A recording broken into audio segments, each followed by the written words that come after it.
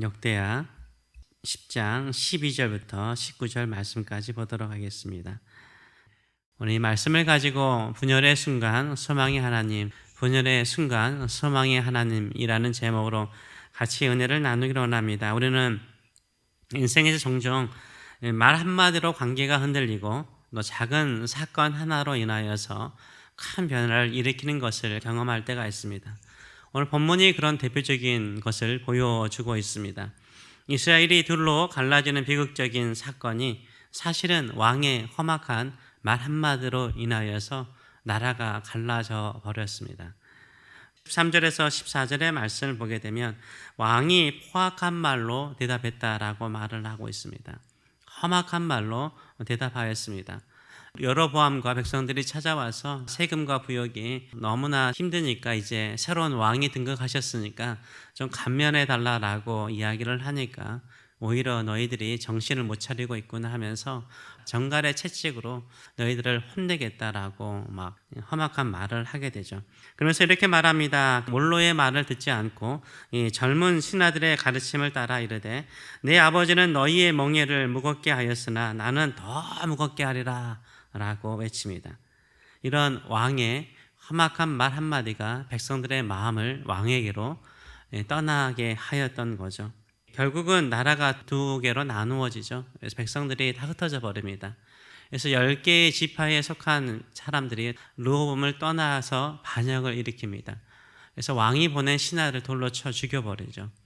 그리고 그들 스스로가 새로운 왕을 세우는데 나중에 보겠지만 여로보암을 세워서 왕으로 삼습니다. 이들이 하는 말이 무엇입니까? 이들은 인간적인 관계잖아요. 하나님은 다윗과 그의 후손들을 언약의 관계로 세우셨습니다. 그런데 이들은, 이 백성들은 언약이 자기들이 원하는 대로 되지 않으니까 어떻게 합니까?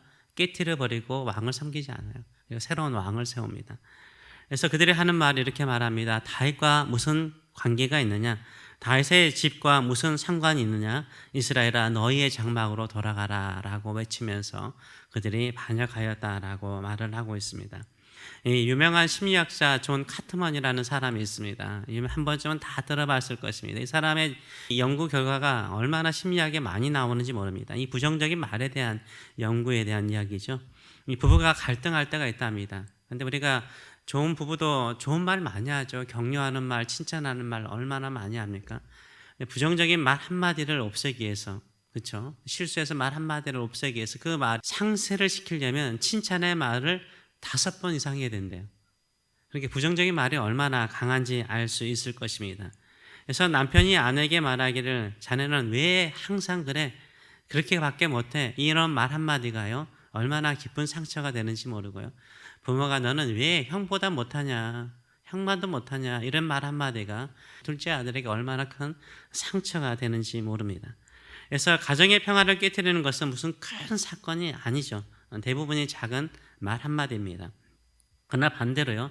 고마워, 사랑해, 수고했어 이런 말 한마디가요 사람의 마음을 기쁘게 합니다. 가정을 평화롭게 만드는 경우가 있습니다. 교회도 마찬가지죠. 교회도, 이민교회도 마찬가지고 전체적인 교회도 마찬가지입니다. 2018년도 한국교회를 말합니다. 2018년도 오래되긴 했지만 2018년도 한국교회 내 분열 사태를 연구해서 통계 결과가 나왔습니다. 그 교회 갈등의 논쟁의 주제가 70% 이상이요 신앙 논쟁이 아니랍니다. 이 신앙의 노선, 신앙의 갈등이 아니에요. 바로 성도들 간의 말 한마디로 인한 갈등이래요. 재밌죠? 교회 다니면서, 교회 생활하면서 이 말 한마디가 얼마나 중요한지 몰라요. 이 교회 모임 하는데 전혀 의미 없는 사역을 하네. 그렇게 수고하고 고생하는데 전혀 의미 없고 열미 없는 사역을 하네. 이렇게 말 한마디가요 사람의 이 기분을 안 좋게 만들어서 그 사람과 계속해서 갈등하게 만들죠. 혹은 저분은 꼭 티내려고 뭔가 자신을 드러내려고 해. 그분은 전혀 순수하고 깨끗한 마음으로 사역하고 섬기는데 그 말 한마디가 깊은 상처가 되어서 갈등을 조장할 때가 많다라고 말합니다. 교회는 큰 폭탄으로 무너지지 않는다고 합니다. 오히려 폭탄이 터지면 서로 막 위로하고 격려하려고 하죠. 작은 말 한마디가 교회를 갈라지게 하는 경우가 많았습니다. 그러나 작은 격려, 작은 축복, 또 작은 기도가 교회를 하나 되게 만드는 놀라운 역사가 일어나는 줄 믿습니다. 그럼에도 불구하고 오늘 본문은 무엇을 말하고 있습니까? 이런 두 나라가 갈라지는 상황 속에서도 하나님의 주권은 여전히 역사한다라고 말을 하고 있어요. 이런 모든 일도 하나님의 주권 안에 있음을 분명하게 말하고 있습니다. 15절 중간에 보게 되면 이 일이 하나님께로 말미암아 난 것이라라고 말합니다. 여호와께서 전에 실로 사람 아히야로 느바세 아들 여로보암에게 이르신 말씀을 이루려 하심이라라고 말을 하고 있어요. 느바세 아들 여로보암이 결국은 10지파를 데리고 가서 북이스라엘에 이르는 것은 이미 하나님께서 말씀하신 것이라는 거예요. 만일 사울 집안이면, 사울 왕의 집안이면 이미 끝났죠. 솔로몬이 저렇게 초반에는 좋았지만 나중에 하나님의 마음을 아프게 합니까? 또 하나님께서 두 번이나 경고하였음에도 불구하고 솔로몬이 그 경고를 가볍게 여겨버립니다. 그래서 하나님께서 다윗과의 맺은 언약을 깨트릴 수가 있어요. 하나님께서 다윗을 기억하셔서 언약을 깨트리지 않아요. 유다와 베냐민 지파를 남겨서 그 하나님의 약속을 지켜나가요. 그러나 이 솔로몬 행한 제약에 대해서는 징계를 하셔야 되잖아요. 이 징계를 하시면서도 어떻게 해요? 하나님은 그 약속을 신실하게 지켜나가는 하나님의 모습을 우리가 바라볼 수 있는 것입니다. 우리에게도 가끔은 어렵고 힘들 때 이런 징계가 있지만 하나님은 약속에 신실하신 하나님이신 줄 믿습니다. 하나님의 손 안에 있어요. 이럴 때 우리가 어떻게 해야 돼요? 더 하나님께 신실하면 돼요. 그러면 빼앗은 것보다 더 많은 걸 주세요. 근데 사람들은요, 힘들면 어떻게 해요? 더 하나님께 멀어져 가려고 그래요. 이상하게. 하나님은요, 붙잡는 사람을 더 축복하세요. 의지하면 그 약속을 더 신실하게 이루시는 하나님이 있는 줄 믿습니다. 이런 믿음을 가지고 살아가시는 저와 여러분 되시길 축원합니다. 그래서 하나님께서 북이스라엘을 향해서는요, 계속해서 선지자들을 보내요. 이 여로보암과 그 이후의 왕들, 북이스라엘의 왕들이 얼마나 하나님을 대적하는지 몰라요. 이들이 하나님을 믿지 않는 게 아니야. 북이스라엘은요, 하나님을 믿어요. 여호와 하나님을 믿어요. 그러면서 계속해서 우상을 숭배해요. 아합 시대 때는 거의 바알만 숨기는 그런 시대가 되었지만요. 그래도 나름대로 여호와 하나님을 알면서 계속해서 우상을 섬겨요. 그때마다 하나님께서는 많은 선지자를 보냈죠. 많은 기적이 거기에서 일어났어요. 엘리야라든가 엘리사. 얼마나 많은 기적이 북이스라엘 땅에서 일어났습니까? 호세아 선지자를 통해서도 하나님의 마음을 얼마나 강하게 전달하였습니까? 이 남유다를 향해서는요, 하나님께서 계속해서 다윗과의 언약을 지켜나가셔서 결국은 누구를 보내십니까? 평화의 왕이시여 모든 백성들의 마음을 하나 되게 만드시는 예수 그리스도를 이 땅에 보내시잖아요. 예수 그리스도를 통해서 우리에게 구원의 놀라운 일을 이루시는 것을 볼 수 있습니다. 이 작은 말 한마디도요, 큰 영향력을 미치는 것처럼요, 작은 사건 하나가요, 엄청난 일을 일으킬 때가 참 많아요. 1989년도에 베를린 장벽이 무너졌습니다. 아주 오래된 이야기죠. 동서독이 그렇게 치열하게 서로 미워하고 서로 대적했는데 하나가 되는 계기가 아주 재밌습니다.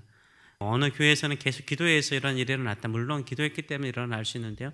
근데 그 일의 출발점이 아주 기가 막힌 거 알아요? 사회학자들이 보니까 이게 기가 막히다는 거예요. 어떻게 이런 작은 사건 하나가 장벽을 무너뜨리고 한 나라를 통일시켜버리고 세계에 큰 영향력을 미쳤을까라는 생각이 들 정도로 놀라운 일이 일어났죠. 1989년 11월 9일에 동독의 공식 대변인이 있습니다. 그 사람 이름이 퀸터 사보프스키라는 사람인데요. 이 사보프스키가 중앙당 회의에서 결정된 출입국 관련된 메모를 받게 되었습니다. 무슨 내용이냐면 동독 국민과 서독 국민이 자유롭게 왕래를 할 수가 없었잖아요. 아주 철저하게 통제를 했습니다. 그런데 이제는 동독 사람들이 서독으로 자유롭게 왕래할 수 있다라는 메모였는데 이거는 언제였냐면 계속해서 그렇게 나가겠다라는 메모였어요. 그런데 이 사브로프스키가 이 메모를 대충 읽어버려요. 이 메모, 이런 거구나, 출국 관련된 이야기구나 하고 브리핑을 해버립니다. 기자들 앞에서. 기자들한테 브리핑할 때 이게 동독 TV에 지금 생중계가 되고 있는 상태였어요. 한 기자가 묻습니다. 우리가 서독으로 마음껏 갈 수 있는, 이 자유롭게 갈 수 있는 것이 언제입니까? 라고 물어봐요. 즉시 당장이요 라고 말해버려요. 그 메모에는 그게 없었어요. 그런 게 없었어요. 근데 이 사람이 그냥 즉시 당장이요 라고 말을 했어요.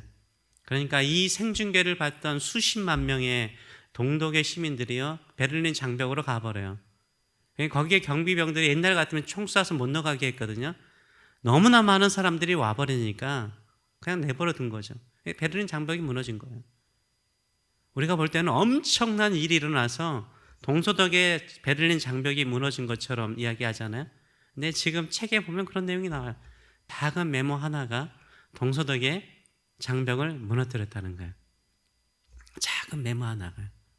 하나님도 마찬가지예요. 우리 인생을 살아가면서 제가 천국에 대한 이야기를 작은 누룩이라든가 우리 겨자씨 이야기하잖아요. 하나님이 하신 일이 이런 주권에 있어요. 이런 능력에 있어요. 작은 거 하나에 하나님이 일하세요. 엄청난 일을, 엄청난 변화를 일으킬 수 있습니다. 작은 말 한마디가 실수가 그 험악한 말이 많은 것들을 망가뜨리지만요, 작은 일 하나가 놀라운 일을 일으켜요. 복음이 그렇습니다. 복음이 그래요. 예수 그리스도께서 우리를 위해서 십자가에 죽으시고 부활하신 우리 주님을, 이 작은 복음이죠. 어떻게 보면 작은 복음이에요. 작은 기쁜 소식이에요. 어떤 사람에게는 작게 보이죠. 그러나 그 복음이 들어가면요, 한 사람의 인생을 바꾸고요, 한 민족을 바꾸기도 하고요, 한 마을을 바꾸기도 하고요, 한 집안을 바꾸기도 하고요. 무당이었던 그 집안이 완전히 하나님을 잘 섬기는 목회자 집안으로 바뀌거나, 그렇잖아요. 완전히 바뀌어요. 복음 전하는 게 별거 아닌 것처럼 보이죠.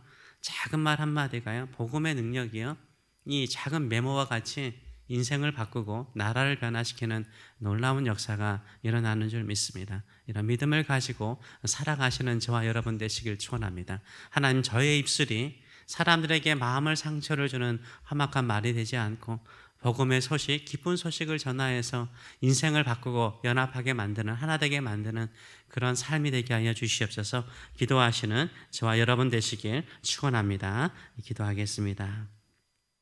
살아계신 하나님 아버지, 은혜를 감사드립니다.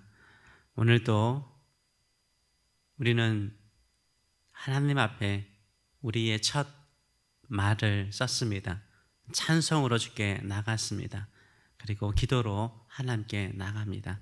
우리의 기도를 써주시고 우리의 간절한 간구를 써주셔서 정말로 작은 메모가 그 28년 동안 단단하게 쌓아두었던 장벽을 무너뜨리는 것처럼 우리의 말 한마디가 사람과의 관계에 있는 장벽들을 무너뜨리고 평화를 가져다주는 말이 되게 하여 주시고, 우리의 작은 말 한마디가 하나님과 사람 사이에 있었던 장벽들을 무너뜨리는 예수 그리스도의 복음이 될 수 있도록 축복하여 주시고, 우리의 이 기도 한마디가 우리 인생을 막고 있는 큰 장벽들, 우리의 사랑하는 자녀들의 인생을 막고 있는 큰 장벽들을 무너뜨리는 기적의 간구가 될 수 있도록 사용하여 주시고 역사하여 주시옵소서. 감사드리며 예수님의 이름으로 기도하옵나이다. 아멘.